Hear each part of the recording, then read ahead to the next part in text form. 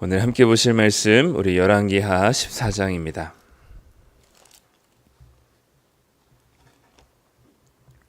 구약성경 585쪽 열왕기하 14장 1절부터 16절까지 말씀입니다.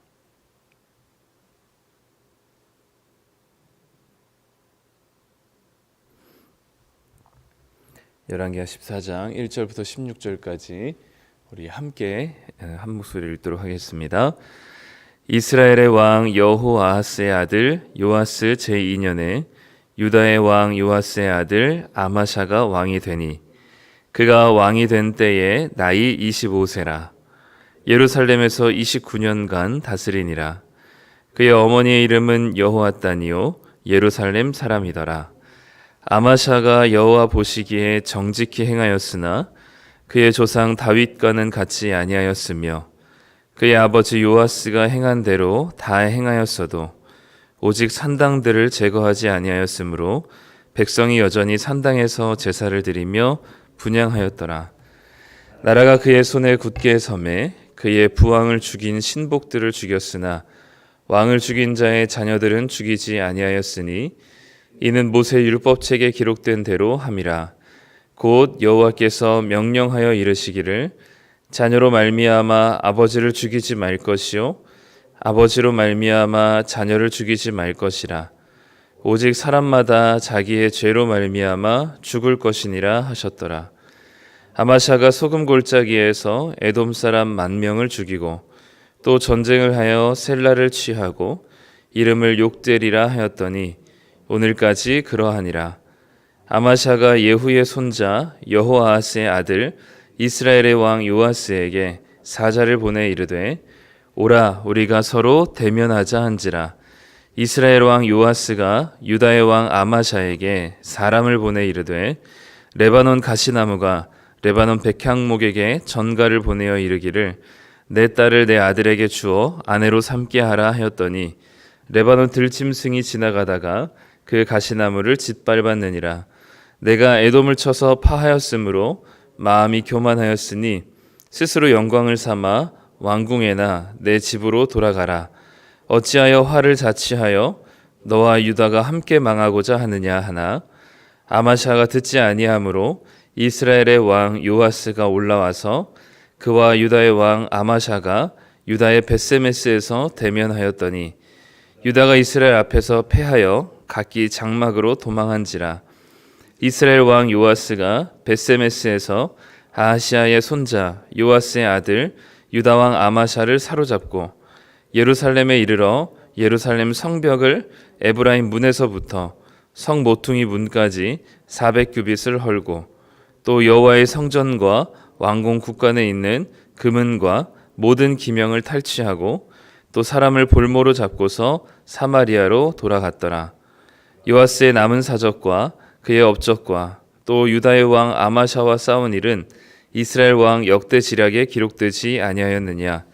요아스가 그의 조상들과 함께 잠에 이스라엘 왕들과 사마리아에 함께 장사되고 그의 아들 여로보암이 대신하여 왕이 되니라. 아멘. 네, 오늘 우리 유다의 왕 아마샤 이야기를 오늘 기록하고 있습니다. 오늘 본문에는 유다의 왕 아마샤를 나름 그의 아버지 요아스의 길을 따라 선한 왕으로서 하나님께서 평가하고 계십니다. 오늘 본문의 3절에 보면 아마샤가 여호와 보시기에 정직히 행하였다라고 기록을 하고 있죠. 그렇지만 이제 그의 조상 다윗과는 같이 아니하였고 아버지 요아스가 행한 대로는 다 행했다 이렇게 이야기합니다. 이제 그게 바로 이제 그 산당 이야기죠. 4절에 보면 이제 산당들을 제거하지 않고 백성이 여전히 산당에서 제사를 드리는 장면을 기록하면서 이 아마샤의 이 정직히 행한 길이 모든 면에서가 아니라 어쨌든 어떻게 보면 절반 정도의 신앙의 길이었음을 보여주고 있습니다. 열왕기는 모든 왕들은 다윗이 기준이 되기 때문에 다윗과 같이 행하지 않았던 아마샤의 모습을 봅니다. 그럼에도 불구하고 아마샤는 꽤나 이 좋은 그리고 하나님 보시기에 선한 왕이었던 것 같아요. 왜냐하면 5절부터 아마샤의 통치 기간에 있었던 몇 가지 사건을 다루고 있는데 첫 번째 사건이 이제 5절부터 6절에 보면 자기의 아버지가 어쨌든 그 암살을 당하잖아요. 그래서 자기 아버지를 암살한 그 범죄자들을 그들을 이제 처단하는 일을 첫 이제 이야기를 하고 있는데 원래는 이제 반역을 일으키고 왕의 목숨을 시해한 자이기 때문에 가족 3대를 멸하는 게 원래는 맞는 거죠. 그러니까 씨를 말리는 것이 정당합니다. 그게 이제 당연한 그 당시의 법이었고 지금도 아마 거의 그 조선시대 우리가 알고 있는 조선시대도 그랬던 거죠. 그런데 오늘 본문에 보면 6절에 보면 왕을 죽인 자의 자녀들은 죽이지 아니하였다라고 얘기합니다. 그리고 그 이유를 모세를 통해서 하나님 주신 율법에 따라서 하나님께서 모세에게 말씀하신 율법책에 기록된 대로 순종했기 때문이다라고 얘기하죠. 아버지의 죄로 인해서 자녀를 죽이거나 자녀의 죄로 아버지를 죽이지 말고 각각의 자신의 죄로 인하여서 죽임을 당할 것을 하나님께서 말씀하셨습니다. 그렇기 때문에 이 왕을 시해한 자 아버지 때문에 아무 죄가 없는 자녀들이 죽으면 되지 않는다는 율법책의 명령에 따라서 하나님의 말씀을 지키는 아마샤의 모습을 보이는 거죠. 아마도 이제 아버지 요아스가 이 제사장을 통해서 대제사장을 통해서 이제 교육을 받고 율법책의 이 훈련을 받았던 것처럼 이 아마샤도 그 영향을 받았던 것 같습니다. 그래서 율법이 사라진 시대, 하나님 말씀을 전혀 알지 못하고 찾지도 않던 시대에 하나님께서 말씀하신 그 율법책에 기록된 말씀을 순종하는 아마샤의 아주 좋은 모습을 보여주게 되죠. 그리고 나서 아마샤가 에돔과의 전쟁을 일으키는 장면이 있습니다. 7절에 보면 아마샤가 이제 소금 골짜기에서 에돔 사람과 전쟁을 벌이는데 에돔 사람 10,000명을 죽이고 땅을 탈취하는 일을 기록하고 있죠. 원래는 이 에돔이란 나라는 남유다, 지금 아마샤가 다스리고 있는 남유다의 속국이었습니다. 조공을 바치던 속국이었는데 여호람 때에 이제 이 에돔이 독립을 하게 되죠. 근데 그 독립을 하면서 이제 다시 이 에돔을 자신의 속국으로 만들려고 하는 이 남유다의 시도 속에서 에돔을 다시 정복하기 위한 전쟁을 하게 됩니다. 그로 인해서 아마샤가 이제 에돔을 다시금 정복하게 되는 장면이 7절에 등장하죠. 이 일련의 사건들을 보면 하나님의 말씀에 철저하게 순종했고 그 결과로서 에돔이란 나라와의 전쟁에서 승리하는 결과를 맞이하게 됩니다. 하나님의 말씀에 순종한 자에게 주어지는 이 전쟁에서 승리라는 결론이 아주 명확하게 딱 떨어지게 되죠. 물론 여전히 부족한 면이 아마샤에게 없지 않았지만 그의 아버지의 길을 따라서 하나님의 말씀대로 순종하는 아주 선한 왕이었기 때문에 하나님의 교회의 이제 통치 기간에도 이런 여러 가지 것들을 베풀어 주시죠. 그런데 이제 오늘 본문에서 제일 이해가 안 되는 것 중에 하나는 바로 이제 8절 이하에 나온 북이스라엘과의 전쟁이었습니다. 8절에 보면 이제 아마샤가 예후의 손자 여호아하스의 아들 이스라엘 왕 요아스에게 사자를 보내면서 우리가 서로 대면하자라고 얘기합니다. 이 대면하자는 것은 그냥 얼굴을 마주 교제하자는 게 아니라 전쟁을 하자라는 거죠. 싸우자라는 겁니다. 그 이야기를 들은 이스라엘 왕 요아스가 9절에 보면은 한 가지 예화를 이제 들게 되죠. 가시나무가 백향목에게 편지를 보내면서 내 딸을 내 아들에게 주고 아내로 삼게 하라 하였더니 레바논 들짐승이 지나가다가 가시나무를 짓밟았다라고 얘기합니다. 여기서 가시나무는 남유다를 얘기하고요. 백향목은 북이스라엘 얘기하고요. 들짐승은 주변의 모든 나라들을 얘기합니다. 그리고 여기서 얘기한 그 전가를 보낸 내용이 내 딸을 내 아들에게 주어서 우리 서로 사돈지간을 맺자라고 얘기하는 편지를 보내죠. 이게 진짜 예전에 이제 아합과 여호사밧 시대에 이런 일이 있었는데 지금 이제 이 유다가 전쟁을 걸어오는 이제 싸움을 걸어오는 이 모습이 마치 너와 내가 대등하다고 생각하는구나라는 것을 이런 식으로 표현한 거죠.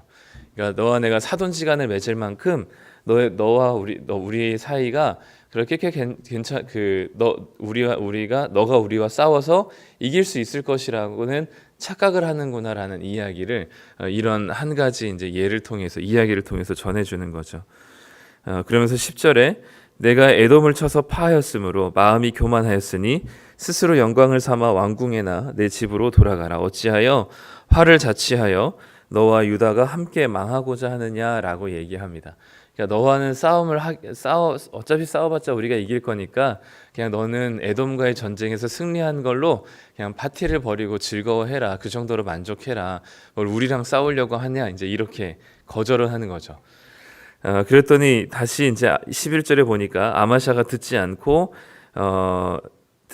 않았기 때문에 이스라엘 왕 요아스가 이제 전쟁을 하기 위해서 올라오죠.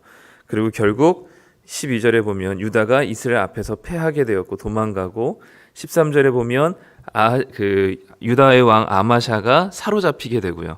그리고 예루살렘 성벽 에브라임 문에서부터 성 모퉁이 문까지 400규빗 그러니까 180m 정도의 성벽을 헐어버리고 여호와의 성전과 왕궁 곳간에 있는 금과 은과 모든 물건들을 탈취하고 그리고 예루살렘에 있는 사람들을 인질로 사로잡고 사마리아로 돌아갔더라라고 되어 있습니다. 즉 남유다의 왕 아마샤가 완벽하게 패배했음을 보여주는 거죠.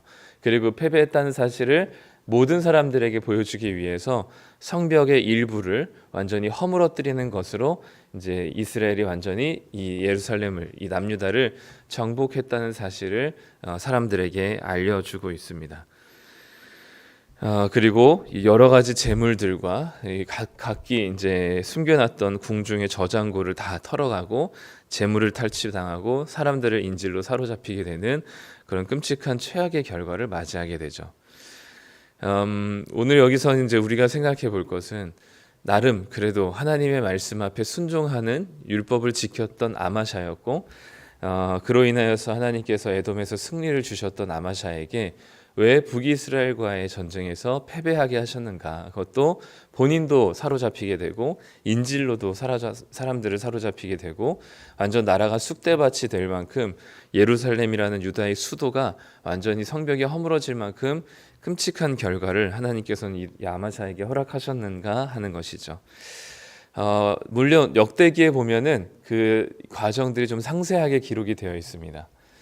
역대기에 보면 그 에돔의 이 아마샤가 이 에돔과의 전쟁 중에 이 북이스라엘이 먼저 이 유다의 성읍을 이제 건드려요. 전쟁까지는 아니지만 어쨌든 침략하게 됩니다. 그래서 유다의 성읍 일부를 이제 침략하게 되고 그 과정에서 유다 사람들이 죽게 되거든요. 그러니까 사실 이 북이스라엘을 먼저 도발을 한 거죠. 그래서 이제 아마샤가 에돔과의 전쟁에서 승리한 이후에 돌아와서 나랑 싸우자 이렇게 얘기가 된 겁니다. 그런데 중요한 건 뭐냐면 아마샤가 에돔과의 전쟁에서 승리하고 난 다음에 에돔의 우상들을 가지고 들어와요. 이스라엘로 남유다로. 그래서 남유다에서 그 에돔의 우상들에게 분향을 하면서 제사를 드리는 장면이 등장합니다. 그리고 그걸 가지고 당시에 선지자가 아마샤에게 경고를 했는데 그 경고를 거절하고 그로 인하여서 결과로 하나님께서 이 남유다를 북이스라엘 손에 징계하신다라고 역대기에는 기록이 되어 있습니다. 그러니까 이제 이유가 앞뒤 전후 사정이 다 나오게 되는 거죠. 근데 오늘 열왕기하에서는 그 이야기를 하지 않고 있어요. 물론 우리가 역대기서를 보면서 참고해서 이 앞뒤의 이야기를 좀 또 구성을 맞추는 것도 좋지만 열왕기에서는 왜 그것을 굳이 기록하지 않았을까? 라는 것을 본다면 열왕기에서는 또 열왕기 안에서 나름대로 해주고 싶은 메시지가 있는 거죠. 사실은 북이스라엘이 먼저 도발을 했고 그리고 이 아마샤가 에돔의 우상들을 들여왔기 때문에 사실은 북이스라엘 전쟁에서 승리할 수도 있었던 것을 패배했다라고 역대기는 해석했지만 열왕기는 그 이야기를 하지 않고 있어요. 그냥 보면은 너무나 율법에 순종하고 그리고 하나님 말씀에 순종적이었던 아마샤가 이 북이스라엘과의 전쟁에서 완전히 패배한 모습을 보여줍니다. 그렇기 때문에 열왕기 안에서 우리가 이것을 해석한다면 우리가 이해할 수 없지만 하나님을 믿는 신실한 자의 삶에도 어려움과 끔찍한 고난들이 다 주어지게 된다는 사실을 보여주고 있죠. 아마샤는 율법에 순종했고 아마 이 율법뿐만 아니라 다른 율법에도 아마샤는 잘 지켰던 사람이었던 것 같아요. 하나님의 율법에 순종적이었고 하나님 말씀을 따라 사는 사람이었지만 그의 삶에도 어려움과 고난이 있었습니다. 그 자기의 이 본거지였던 예루살렘이 완전히 털리게 되는 경험까지 하게 되는 거죠. 우리는 믿는 자의 삶에는 모든 것이 다 완벽하게 하나님께서 좋은 상황들을 만들어 주시면 참 좋겠지만 그렇지 않고 믿는 자들에게도 이런 어려움들이 늘 주어지게 되어 있습니다. 그래서 베드로전서에서는 이런 고난 당하는 것을 이상하게 생각하지 말라고 이야기하고 있죠. 예전에 그 박신양 씨, 배우 박신양 씨가 한 이 콘서트 토크 콘서트 같은 데서 한번 강연을 한 것을 들은 적이 있는데요. 이분이 이제 러시아에서 유학을 하던 중에 너무 인생이 힘들고 괴로워서 스승은 이제 자기를 가르치는 교수님한테 왜 이렇게 힘든지 모르겠다 이제 이렇게 이야기했더니 그 교수가 그런 이야기를 했다고 얘기합니다. 왜 너의 인생이 힘들지 않아야 된다고 생각하냐라고 얘기하는 거죠. 그러니까 우리는 우리의 삶이 안 힘들고 편안하고 좀 더 나은 삶이 행복한 삶이고 그래야만 한다고 우리는 생각하는데 왜 그렇지 않아도 된다는 사실을 인정하지 못하냐라고 얘기하는 거죠. 그러니까 생각의 전환이 일어난 거죠. 그래서 이후로 이제 박신양 씨도 이제 무언가 좀 이 변화가 있었다고 얘기한 것처럼 우리의 삶에 예수님 믿는다고 해서 왜 우리의 상황 꼭 좋아져야만 한다고 반드시 그렇게 생각하느냐라고 생각한다면 믿는 자에게도 고난이 있다는 것을 당연하게 생각하는 것, 그것도 우리가 이 고난을 너무 이상하게 생각하지 않을 수 있는 하나의 방법이 될 수도 있습니다.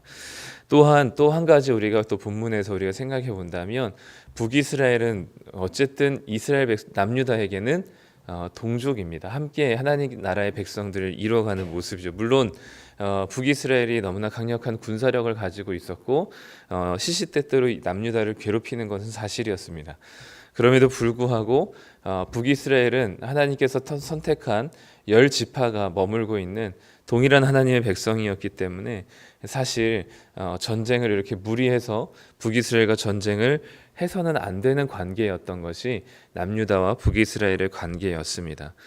그럼에도 그렇지만 이 아마샤의 잘못된 판단으로 남유다의 나라가 위기에 이제 봉착하게 된 것이죠. 우리가 제일 조심해야 될 때는 뭐냐면 아주 작은 성공을 이뤘을 때입니다.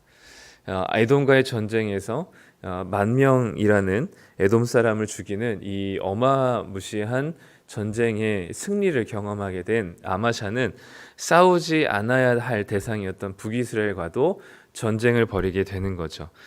그 작은 에돔이라고 하는 작은 나라의 민족과의 전쟁에서 승리를 한 아주 작은 성공이 오히려 이 남유다 아마샤의 판단을 흐려뜨리게 했고 그 흐려진 판단으로 인해서 그리고 아주 작은 성공으로 인하여서 한껏 부풀어 오른 이 아마샤의 작은 판단의 실수가 이 남유다를 아주 끔찍한 결과로 몰아가게 되는 거죠.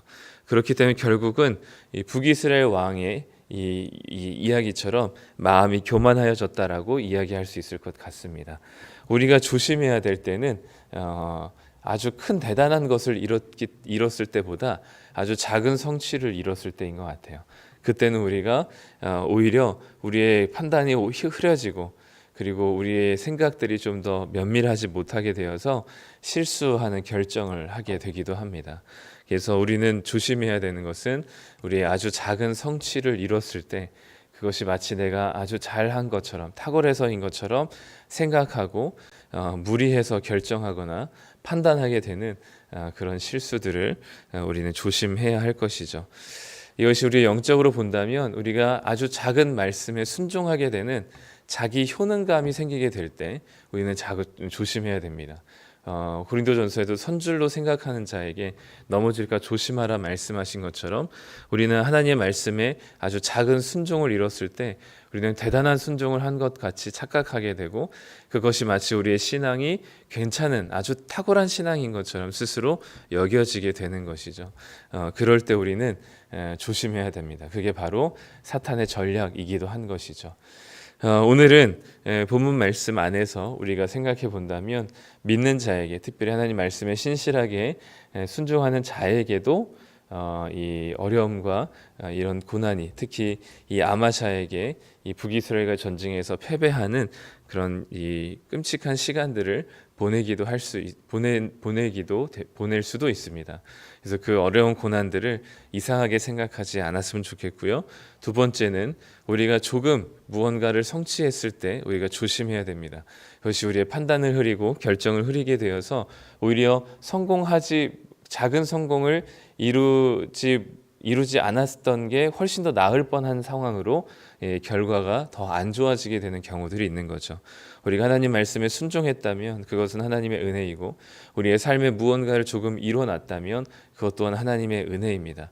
우리가 스스로 교만하여져서 우리가 성취한 것으로 착각하여서 잘못된 결정을 하지 않기를 바라고요. 그래서 늘 겸손하게 하나님의 말씀 앞에 나아가는 우리 성도님들이 되셨으면 좋겠습니다. 기도하겠습니다. 하나님 아버지, 오늘 아마샤의 모습을 봅니다. 하나님 말씀에 순종하는 모습 통해서 또한 이 아마샤에게 하나님께서 에돔과의 전쟁에서 승리하게 하시는 모습을 보면서 하나님의 말씀을 따라 순종하는 아마샤에게 주님이 베푸시는 은혜를 보게 됩니다.